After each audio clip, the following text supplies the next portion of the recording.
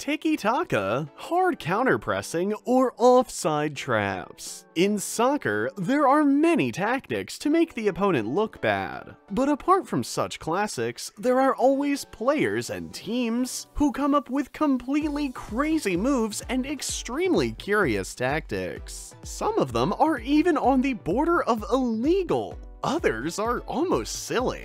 Today, we're gonna take a look at some of the most unusual tactics in professional sports. It's gonna be very crazy, so stay tuned here at Wonderlane. Number 7. Tom Brady is already a living legend in the USA. The Tampa Bay Buccaneers quarterback was under contract with the New England Patriots for 20 years and won the Super Bowl a total of 7 times with his teams. Brady is considered by far the best quarterback of all time due to his victories, awards, and records in the regular season and playoffs. Fans were even more disappointed when it came out in 2015 that Brady was part of a particularly scandalous play. On January 18, 2015, the Patriots played against the Indianapolis Colts. The game ended with a score of 45-7, but afterwards, measurements revealed that 11 of the 12 balls used by the Patriots were underinflated. Presumably, they wanted to give Brady an advantage with this unfair tactic, and the quarterback was even said to have been in on it. Despite unclear evidence, the NFL fined the Patriots $1 million, and Brady was suspended for 4 games. Incidentally, this was not the only unfair tactic used by the New England Patriots, because back in 2007, the team secretly filmed the opponent's play calls on the sidelines during a game at the New York Jets on September 9th. Thus violating an unwritten law. The incident became famous as Spygate, and the Patriots had to pay $250,000. Apparently, they haven't learned anything from it to this day, because a similar incident followed in 2020, in which Cincinnati Bengals coaching signals were taped. Number 6. Bryson DeChambeau is considered the Hulk among professional golfers, because with his muscular build, he doesn't exactly fit the physical image of golf. But the 2020 US Open winner proved that he can put his muscle power for good use on the grass at the Palmer Invitational Tournament in Orlando, Florida in the spring of 2021. On the 6th hole, DeChambeau had to negotiate a 485-meter-long fairway that was shaped like a horseshoe and ran around a lake. But instead of using the actual run of the course, the 28-year-old golf star tried a spectacular tactic. Without further ado, he hit the ball directly across the 340-meter-wide lake in the direction of the flag. In doing so, he managed to hit one of the longest shots in golf history, as the average distance of all professionals on the PGA Tour is just 272 meters. He did not hit the green, and his ball came to a halt about 60 meters from the stick. Nevertheless, he delivered the longest drive on the 6th hole at Bay Hill Club and Lodge since 2003 with this shot. Number 5. We'll stay with golf, because Spain's Jon Rahm also managed a shot in 2020 using the same tactics, which is not celebrated as the most spectacular shot in golf history for no reason. The world's number 2 was in training for the 2020 Golf Masters tournament in Augusta when he tried to shorten the 16th hole over the man-made lake. With full intent, he hit his ball flat over the water, causing it to touch down a total of 3 times. But as if that wasn't spectacular enough, Jon Rahm achieved the impossible with his shot. The ball bounced onto the green and then rolled into the hole as if by magic. He managed a world-class hole-in-one, and the video of his curious tactic went viral. Within a few hours, it had been viewed more than 11 million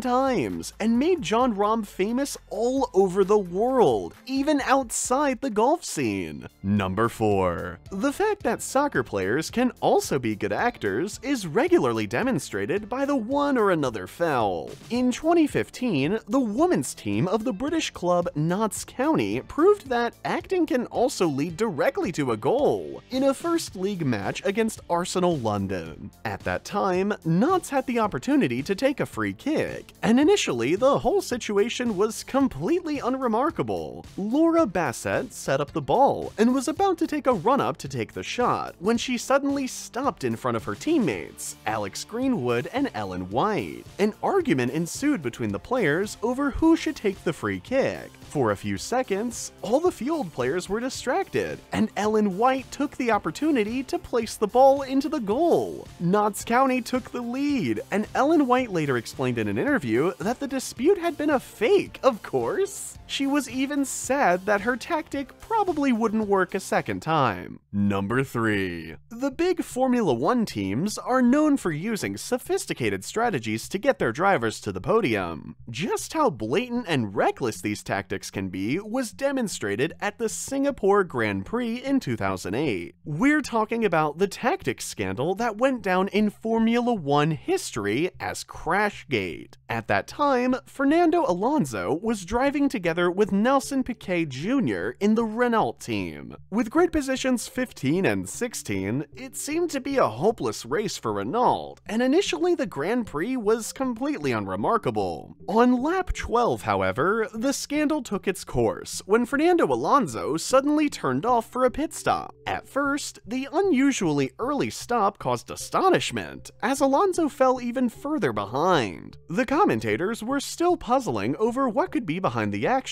when Alonso's teammate Piquet suddenly crashed into the wall with full force on lap 14. The safety car came onto the track, the field of drivers moved together, and all the other drivers had to pit one after the other. Alonso, who had already refueled and had fresh tires, was now able to catch up unhindered and even win the race in the end. Shortly after the race, fans and rival teams sensed a scandal, but it wasn't until a year later that Piquet broke his silence. He confessed that the accident was an order from team boss Flavio Briatore and chief engineer Pat Simons, and that he had only taken part to avoid losing his place in the team. Briatore and Simons called Piquet a liar, but the two Renault executives were convicted and eventually resigned from their posts. Number 2. Martina Trevisan is an Italian tennis player and currently ranked 66th in the world. The 27-year-old is still dreaming of a major Grand Slam title at the moment, but Trevisan has also developed an extremely curious tactic, with which she wants to play even more successfully in the future. When she competed against Caroline Garcia of France at the Dubai Tennis Championships 2021 this year, the spectators made a surprising discovery. Martina Trevisan hid the tennis balls under her skin-tight sports shorts instead of accepting the balls from the ball boy. But while the spectators were extremely distracted by this interlude, the tactic had a simple reason.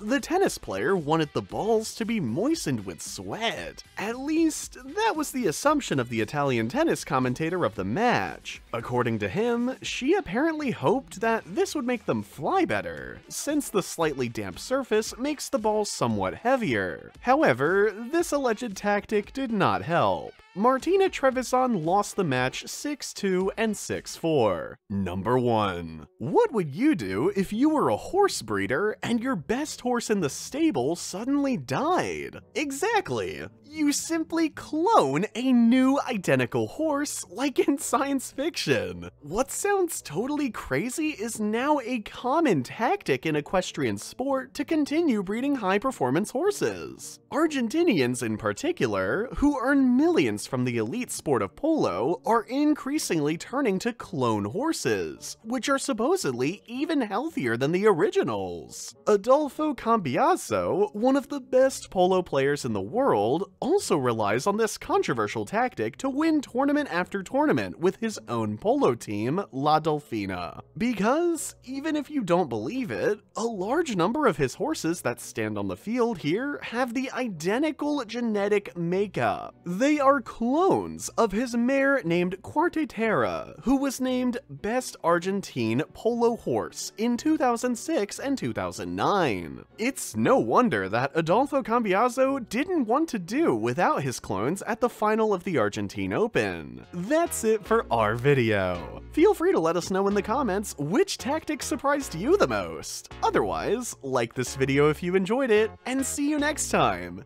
here at Wonderlane.